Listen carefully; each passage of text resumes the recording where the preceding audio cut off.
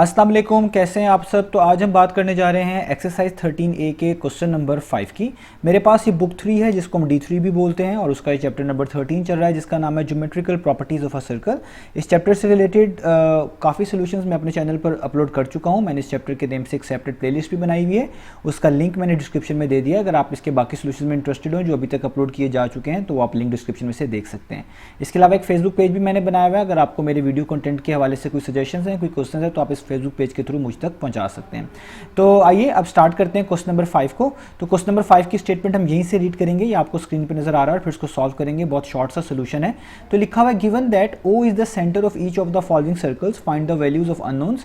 तो A और B part के अंदर दो सर्कल बने हुए हैं आपके सामने और इसमें कुछ वैल्यूज हैं जो कि हमें नहीं गिवन यानी अननोन्स हैं। जैसे पहले वाले सर्कल में A सेंटीमीटर फाइंड आउट करना है, B डिग्री फाइंड आउट करके दिखाना है, B वाले सर्कल के अंदर Y डिग्री फाइंड करके दिखाना है और X सेंटीमीटर ये भी अननोन है, ये भी फाइंड आउट करके दिखाना है।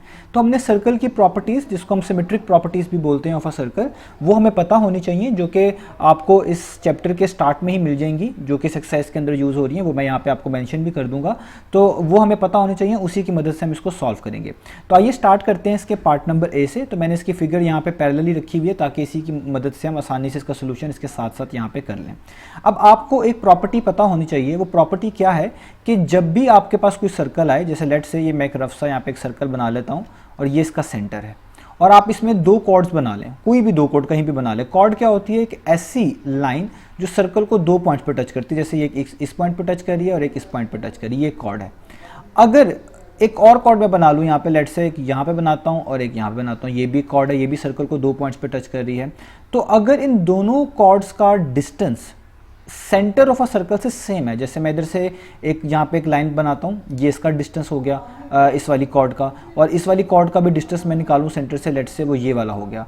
अगर इन दोनों कॉर्ड्स का distance centre of a circle से, जिसको हम O से भी रिप्रेजेंट करते हैं, ओरिजिन भी कभी कभार बोलते हैं, तो इससे सेम हो जाए तो इन कॉर्ड्स की जो लेंथ होती है ना वो भी सेम होती है। ये हमारे पास प्रॉपर्टी है सर्कल की सिमेट्रिक प्रॉपर्टी, और ये आपको गालबन पेज नंबर 418 पे यानी 418 पे मिल जाएगी 7th एडिशन के अंदर। तो ये हमने यहाँ पे इस्तेमाल करनी है। तो अब आप देखें हमारे केस में भी ऐसा ही है।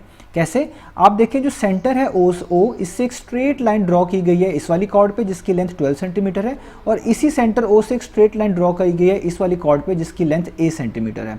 और इन दोनों कॉर्ड को जो इन पे ये लाइन स्ट्रेट लाइन मैं बता रहा हूँ आपको ड्रॉ की गई है, इनके ऊपर ये डैश लगी हुई है।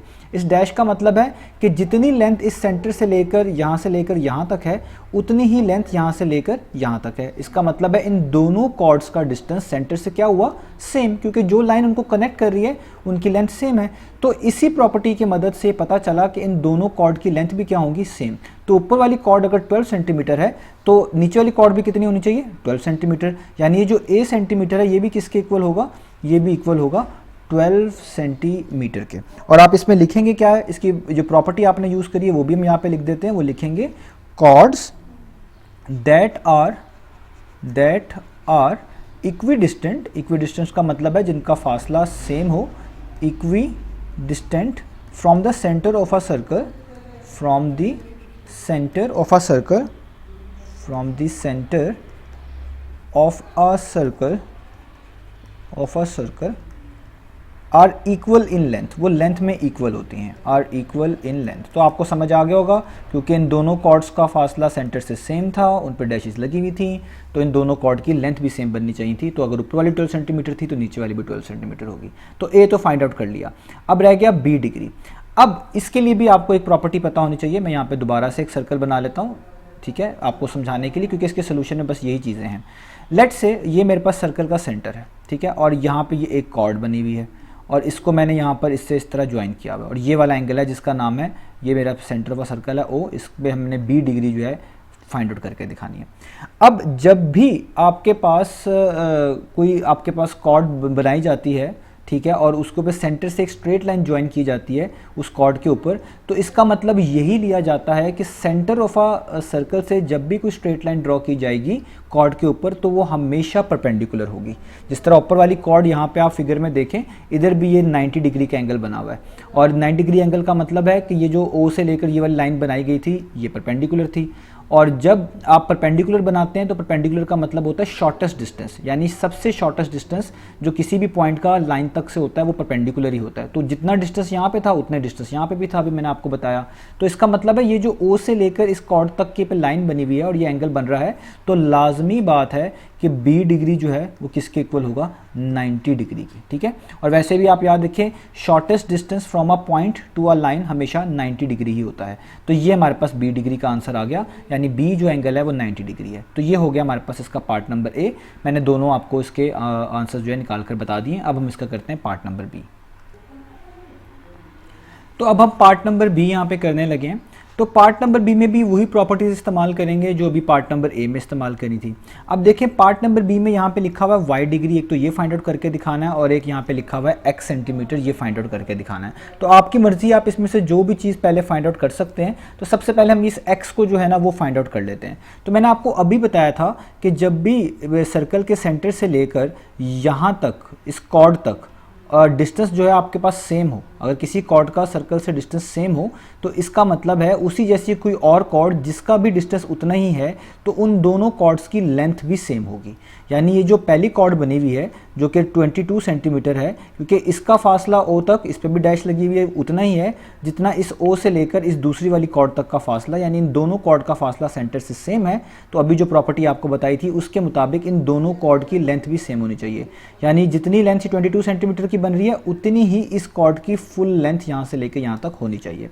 अब आप देखें इस वाले कॉर्ड के ऊपर तो यहाँ पे 2 डैशेस लगे हुए हैं, इनका मतलब है ये हाफ हुई हुई है, यानी जितनी लेंथ यहाँ पर है उतनी ही यहाँ पे है।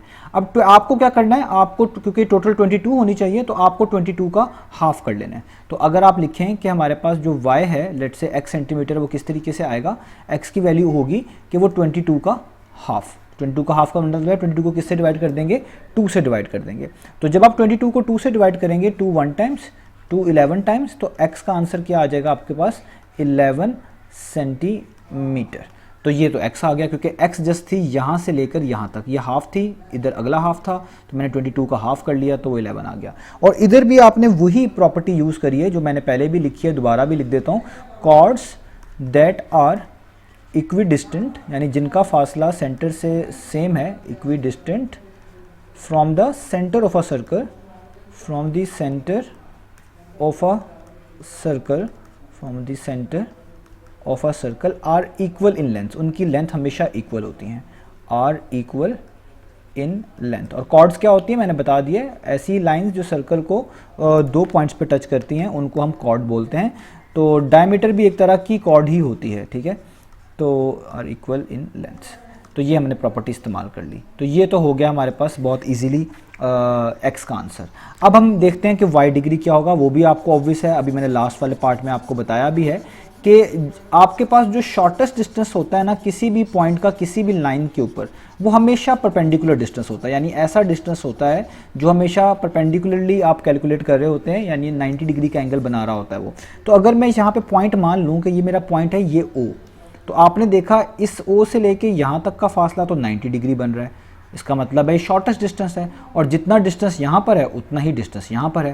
तो इसका मतलब है अगर ये भी शॉर्टेस्ट डिस्टेंस है और ये दूसरी वाली कॉर्ड पे जो ये परपेंडिकुलर खुद से उन्होंने शो किया हुआ है वो भी शॉर्टेस्ट डिस्टेंस है, तो ये दोनों एंगल्स तो सेम ही बनने चाहिए, क्योंकि किसी भी सेंटर से, सर्कल के सेंटर से जो शॉर्टेस्ट डिस्टेंस आप ड्रॉ करते हैं लाइन के ऊपर, या किसी भी पॉइंट का लाइन के ऊपर डिस्टेंस आप ड्रॉ करते हैं शॉर्टेस्ट, तो वो हमेशा परपेंडिकुलर होता है, वो एंगल जहाँ जो बन रहा होता है वो हमेशा 90 डिग्री बन रहा होता है। इसका मतलब है जो वाई डिग्री लिखा हुआ है ये भी कितना होगा आपके पास, 90 डिग्री ही होगा। तो आप इस पर लिख सकते हैं shortest distance from a point on a line, और यहाँ पे आप ये भी लिख सकते हैं straight line drawn from a centre of a circle to the chord is always perpendicular. तो वाई डिग्री का आंसर भी आ गया 90 डिग्री। तो यही हमने फाइंड आउट करके दिखाना था।